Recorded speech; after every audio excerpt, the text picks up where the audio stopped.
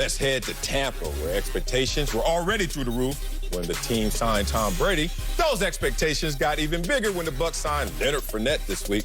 And Steelers tight end Eric Ebron even compared the Bucs' loaded roster to the Golden State Warriors championship team with Steph Curry and Kevin Durant. Woo! Ebron called them the Golden State Bucs, adding some emojis since you always have to add emojis. You got to, bro. You got to do it. I do it all the time. Always the laughing one. All right, joined now once again by LeVar Arrington. Acho, let's start with you. Will the Golden State Bucs deliver on the hype? No, sir. And this is one of them topics, fellas. I don't even need my notes, because this is just like if we at the barbershop chopping it up. I don't need most of your topics. You don't need That's facts. I don't go to them notes. I rely on my common sense. They're not going to deliver on the hype, but because what is the hype? The hype is now this Golden State Bucs. Remember, what Golden State do? Okay, let's go back to 2016. They set the NBA record for most wins in a season. The Bucs not finna go 16-0 like Brady's old Patriots. They not about to run the table. Golden State, we do know, lost in that Super Bowl. Tom Brady's Patriots, we also know, lost in that Super Bowl. Okay, what happened after the Golden State team that they went down there and they lost in the NBA Finals?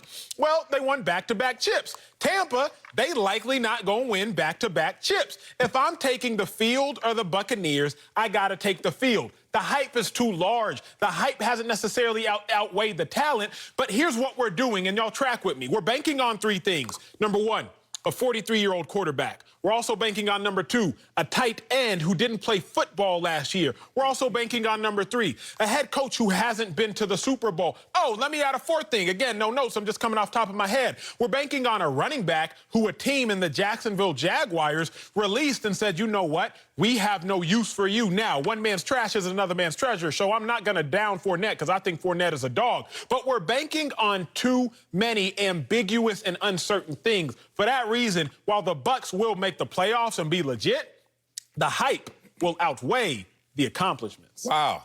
You didn't use your notes and said all that? You know what I'm saying, bro. And now I'm looking at my notes, and I shouldn't say any of this because, boy, you smoked my argument. But let me still get out there and earn this paycheck. It is Friday. We get paid every 2 weeks. Today's the day. All right.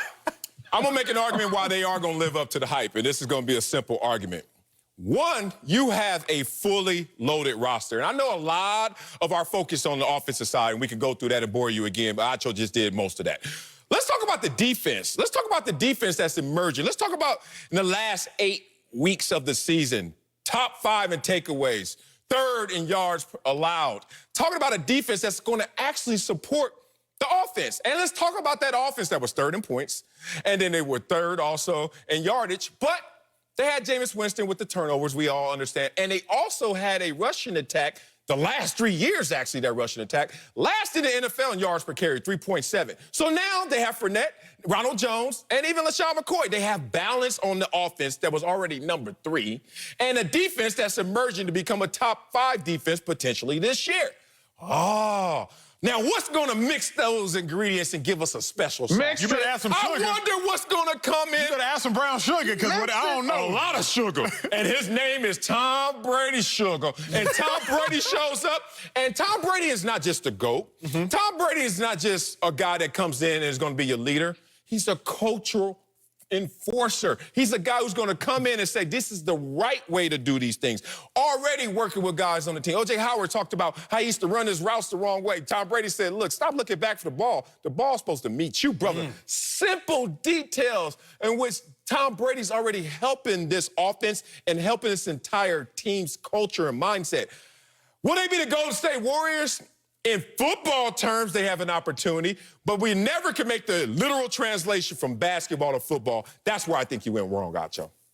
Y'all remember Flavor Flav? Flavor Flav. Don't believe the hype. You can't believe the hype on this one. I'm not going with it. You got to think about this. If you're trying to compare them to the KD Golden State Warriors, all right, you're talking about a team that had already won championships before KD came there. That crosses Tampa Bay off. Because you don't have the credibility of saying that, well, we've been winning, but so now we're bringing in Tom Brady. We're going to be that much better. So let's just strike, the whole Golden State Bucs deal out. I'm going to give you a comparable, though. Okay. Think about 99, 2000. I'm going to make this real personal, all right? The football team in Washington, they go 10-6 in 99, finish first in the NFC East, winning the wild card, lose to Tampa Bay, ironically enough, and they were riding high. Due to a trade for Ricky Williams, LeVar Arrington, and Chris Samuels comes to Washington, D.C. You add in free agency Deion Sanders, Prime time. Mark Terrier, Bruce Smith. Hey, look here. Look here. You're talking about Sugar because I didn't heard Sugar in person, right? So here's the thing. There's no continuity. There's one guy that was brought in that free agency class, Jeff George. We had Brad Johnson as our starter. It's kind of like we had Jameis Winston as our starter, and we were doing well. Then we said, you know what? We're going to get rid of you, Jameis, and we're going to bring in somebody else. They actually benched Brad Johnson for Jeff George during that 2000 season. You know what our record was? 8-8. You know what we finished in the NFC East? What? Number 3. We dropped 2 spots out of the top spot. Not one. We wasn't close. We went all the way down. There's only 4 teams in the East. It ain't going to work out. LeVar, y'all built it a lot differently than they're building it. Jeff George, Tom Brady, let's not do that. You were a rookie. Chris Samuel, tremendous players, but rookies. Like, the Tampa Bay Bucs are not going out there and saying we're going to build this house on things that we don't know about. They're building it on actually people that you respect and have reputations for putting in work in the NFL. So But you know what, though? If we going old school and we going old school sports and we talking hoops, what about, what was it, Marcellus, that 03 Lakers team? You had the glove. Oh, don't do it. You had Karl Malone. They were old and dusty. You had Shaq and you had the late Kobe Bryant. Them boys had a squad, 4 future Hall of Famers. Surely they was going to win a chip. Surely they was going to win a chip, Marcellus. What happened? Them Pistons. Yes. Them Pistons and them came injuries, around. Them injuries. Okay. But what happens when you get old people like Tom Brady?